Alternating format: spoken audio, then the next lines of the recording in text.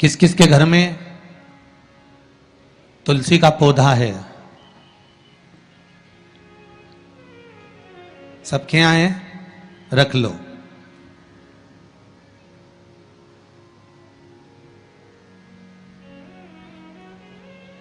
कहां लगा है? घर के अंदर कि घर के बाहर? घर के बाहर। ठीक है। दिया लगाते हो? अच्छा, कौन है वो जिस तुलसी मैया को दिया लगाते हो? कौन है वो? बोलते तो जाओ जरा जल्दी जल्दी। माता है। घर में जो सास है वो कौन है? वो भी बोलो तो जम के बोलो जरा। माता है। बैसाख का महीना चल रहा है, बहुत जोरदार गर्मी पड़ रही है, बहुत जोरदार गर्मी, खूब जोर की। तुम्हारी सास की कुर्सी घर के बाहर लगा दो।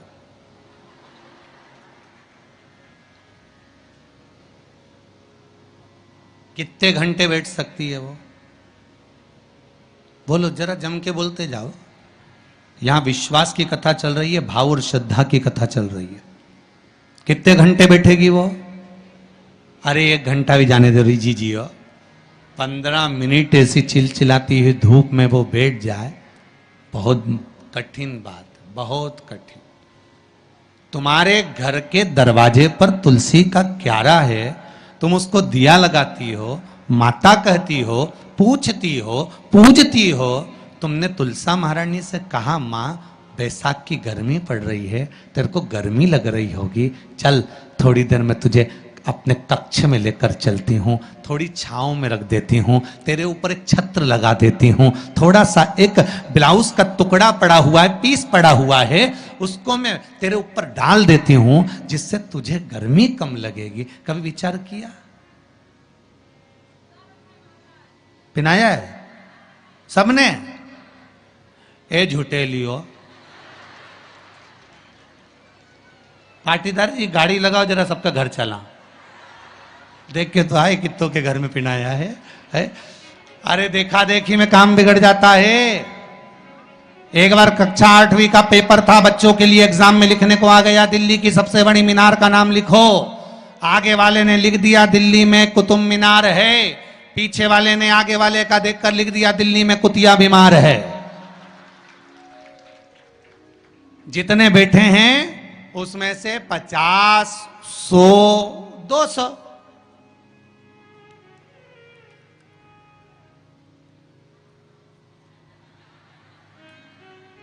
अरे बोलो तो सही है, उतना बहुत।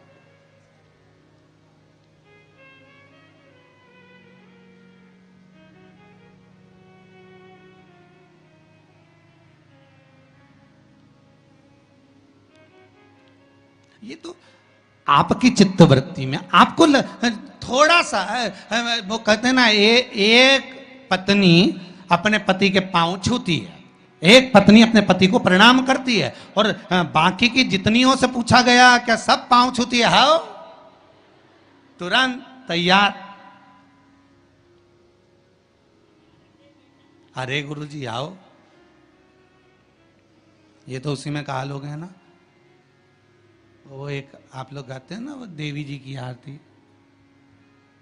माता पिता का है इस जग में बड़ा ही सुंदर नाता, उसी में का हाल है, पति पत्नी का है इस जग में बड़ा ही सुंदर नाता, बैठी बैठी पत्नी खाती, पति कमा कमा मर जाता।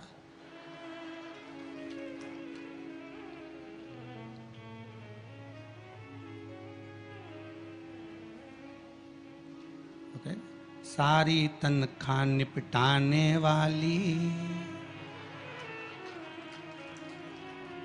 बच्चों के नाम पर आइसक्रीम खुद खा जाने वाली। विचार करे सुक्का। अब सोचे कि एक उठाया सब ने, हाँ हमने भी डाल रखा है। अरे थोड़ा सा दिल में, हृदय में, चित्त में, मन में भाव लेकर जा, बस थोड़ा सा भी लाए ना, उतने में तो कल्याण हो गया। जैसे हमारे यहाँ तुलसी के कुंड का भी विधान है। गोल कुंडा है ऐश्वर्य देगा, चौकोर कुंडा है, आप लोग कई बार देखे होंगे किसी किसी के यहाँ चौकोर तुलसी का क्यारा होता है, कुंडा होता है, वो वंश बढ़ाता है। षडाकृति का है, वो धन देता है, संपदा देता है। दोष हमारा है, हम तुलसी के कुंडे के नीचे शंकर जी को रख देते हैं। क्यों? कि यहीं तुलसी जी को पानी चढ़ाएंगे, यहीं शंकर जी को चढ़ा देंगे। दोष है। तुलसी के कुंड के नीचे हम सर्पदेव को रख देते हैं, नाग देवता रख देते हैं, पानी चढ़ाएंगे, पात्री रख देते हैं, नहीं, दोष।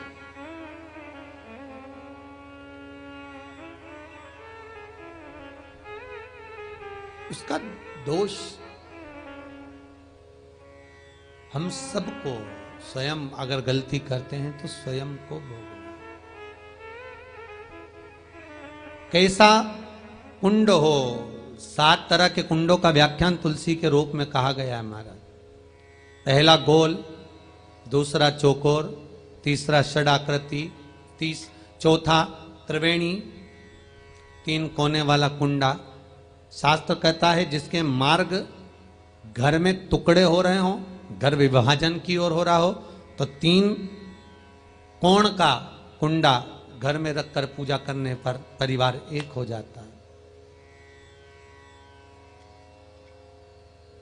5वां, गार्डन में बिना कुंडे का, बिना कुंड का जो तुलसी का पौधा रोपित होता है, बिना कुंड के एक बगीचा जैसा बो दिया जाता है, तुलसी तुलसी उत्पन्न हो जाती है। महाराज वहां पर संपदा तो रहती है पर चिंता बहुत रहती है, टेंशन बहुत रहता है। क्यों? घर के दरवाजे के बाहर इतनी सारी बगीचे में तुलसा कर दी।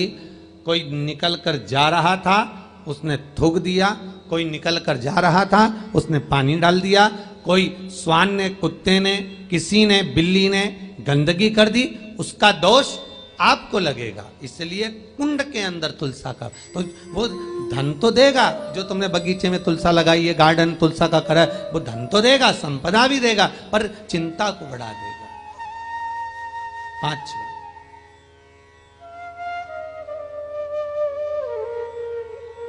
महाराज 6, तुलसी के कुंड को 3 धार पर लटका कर रखना। कई जगह पर आपने देखा होगा तुलसी का जो कुंडा होता है उसको 3 जो तार होते हैं, 3 जो चेन होती है, उस पे लटकाया जाता है। महाराज विष्णु पुराण उसका भी व्याख्यान करती है। महाराज वहां व्यक्ति के कार्य उन्नति की सीढ़ी की ओर बढ़ जाते हैं। जैसे भोजन की थाली लग गई, भोजन तैयार हो गया, बस खाने बैठे हो और थाली खसक गई, समझ लेना कि तुलसी को अधर पर लटका कर रखा है। इसलिए कार्य तो हो रहे हैं, बनने वाले हैं, 4 दिन बाद ये काम होने वाला है, 8 दिन बाद ये काम होने वाला है, लग रहा है कि इसमें इतना फल मिलेगा, लग रहा है इस व्यापार को करेंगे तो इतना फायदा हो जाएगा, सब कुछ करा, लाखों रुपए लगा भी दिए, थाली मालूम पड़े खसक गई, अधर लटका है तुलसी। 7 क्रम है तुलसी के, ये 6ठा क्रम बताया। तुलसी का 7वां क्रम,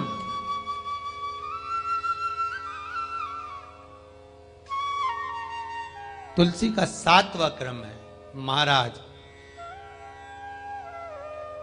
तुलसी का कुंडा जैसा घर के आंगन में है, तुलसी का कुंड जैसे घर के आंगन में विराज रहा है, ऐसा ही छोटा सा कुंड भगवान के लिए रोपित करें। प्रतिदिन भगवान की सेवा करते समय तुलसी का कुंड सम्मुख रखकर उसकी आराधना करना, फिर उस कुंड को वापिस बाहर ले जाकर रखना, फिर दूसरे दिन पूजन के समय पर कुंड को लाकर रखना। हम तो यहां तक कहते हैं, विष्णु पुराण गर्ग संहिता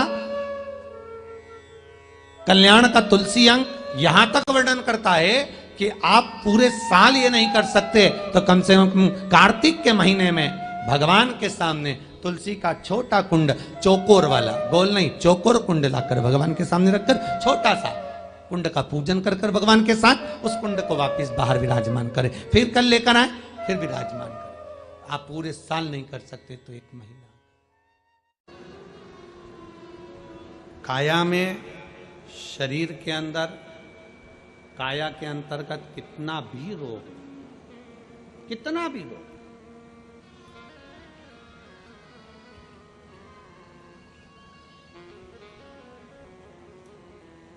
शरद पूर्णिमा आ रही है,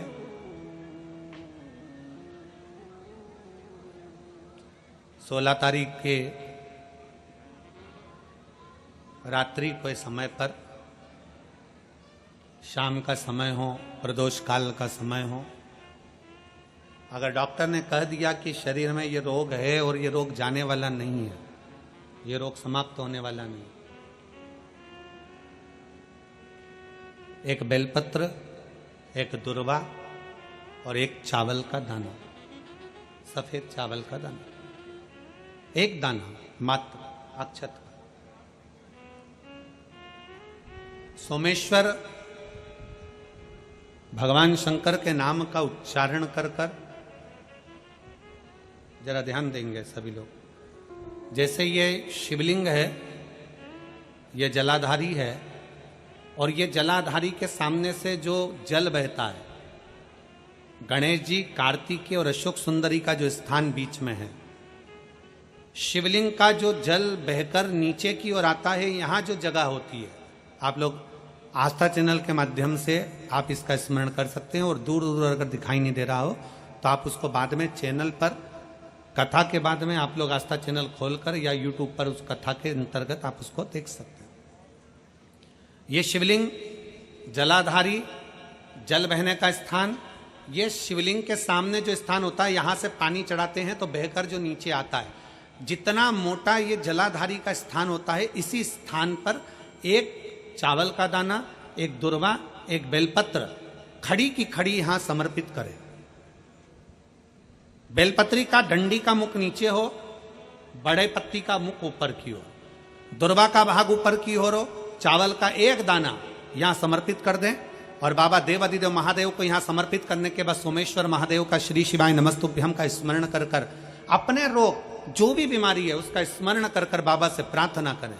उसमें से बेलपत्री और दुर्वा दोनों को लेकर आए, हटाकर कटोरी में रख लें, एक लोटा जल प्रदोष काल में शंकर भगवान के मंदिर में समर्पित करते हुए और बाबा को प्रार्थना करें, और वो दुर्वा और वो बेलपत्र दोनों को लिए, दुर्वा को उसी शरद पूर्णिमा की रात्रि को चबा चबा कर अच्छे से खा लें, जो एक दुर्वा आप लेकर गए हो, और बेलपत्री को दूसरे दिन सुबह के समय पर जब उठें, उठने के बाद ब्रश आदि करने के बाद, स्नान आदि करने के बाद, भोजन आदि करने के पहले उस बेलपत्र, जो छोटी सी बेलपत्र, उसको चबा चबा कर खा लें।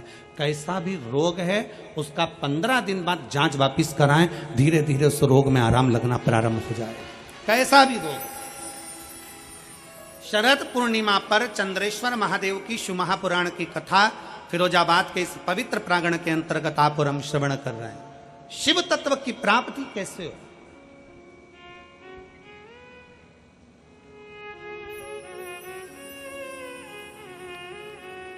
हम भगवान उग्रतानी से कैसे अपने संबंध जोड़ सकते हैं? हम शंकर भगवान को कैसे अपना बना सकते हैं? कैसे?